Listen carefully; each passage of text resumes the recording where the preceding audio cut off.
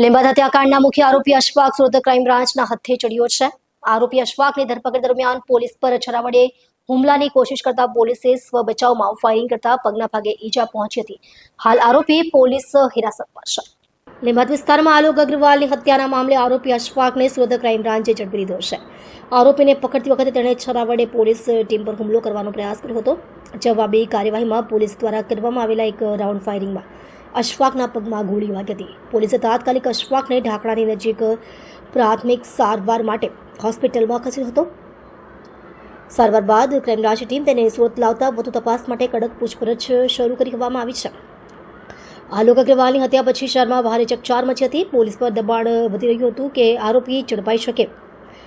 Crime બ્રાન્ચે ઘેર તપાસના આધારે અશફાકના બરાબર સૂત્રો મેળવ્યા અને ચોકસાઈપૂર્વક ઓપરેશન ચલાવી સફળતાપૂર્વક તેને પકડી પાડ્યો।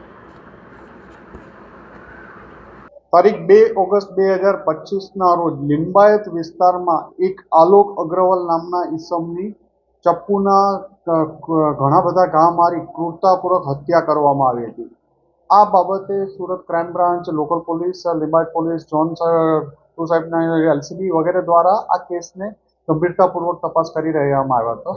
આ તપાસ દરમિયાન જાણવા મળ્યું હતું કે અશફાક ઉર્ફે કૌવા નાસિર શેખ, જે જહાંગીરપુરા વિસ્તારમાં અને સૈયદપુરા વિસ્તારમાં હોળી બંગલા પાસે રહે છે, એ આ કેસનો મુખ્ય આરોપી છે। એને મરનાર સાથે કોઈ બાબતમાં ઝઘડો થયેલો હતો। આ ઝઘડાના અનુસંધાને તેણે બીજા 4 લોકોને એને ખૂબ ક્રૂરતાપૂર્વક મારી નાખવા માટે સોપારી આપી હતી અને એમના આંગળા કાપી નાખવા સુધીની પણ વાત કરેલી હતી। આ તપાસ દરમિયાન અન્ય 5 આરોપીઓ અબરાર ઉર્ફે લસ્સી મોહમ્મદ શેખ, હરપકસિંહ, ભગવાન સ્વાઈ, રમજાન પાડો અને અફસર ઉર્ફે બોકાની અગાઉ 5 લોકોની આ કેસમાં ધરપકડ થયેલી હતી।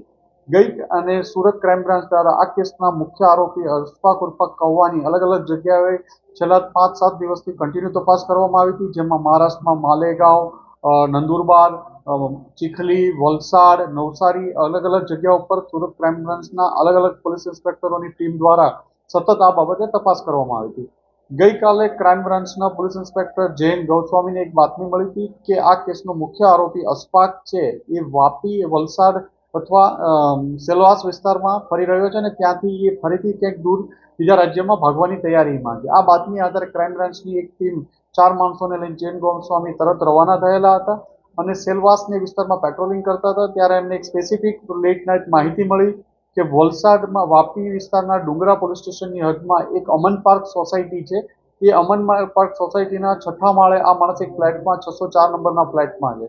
ક્રાઇમ બ્રાન્ચની ટીમ દ્વારા સમય બગાડ્યા સિવાય તરત જ આ જગ્યા ઉપર પહોંચી અને દરવાજો નોક કરતા એક ઇસમ દ્વારા દરવાજો ખોલવામાં આવ્યો હતો। એનું નામ સાજિદ ઉર્ફે શાહરૂખ પણ કહે છે।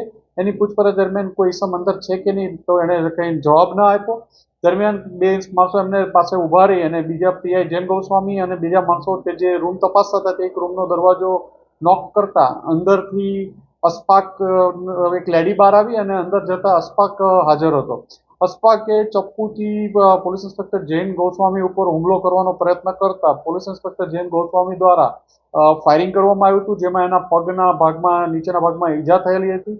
પોલીસ દ્વારા તુરંત જ 108ને બોલાવવામાં આવી અને 108ને આવતા એ પહેલા જ પોલીસની ટીમ દ્વારા એને હોસ્પિટલ લઈ જવામાં આવ્યો હતો। ત્યાં એને ગંભીર ઈજાઓ પણ થયેલી છે અને તેને એક્સરે વગેરે દ્વારા ડિસ્ચાર્જ કરાવીને આજ ક્રાઇમ બ્રાન્ચ ખાતે લાવવામાં આવ્યા છે અને આગળ વધુ તપાસ માટે એને લીંબાયત પોલીસ સ્ટેશન સોંપવાની કાર્યવાહી કરવામાં આવે છે।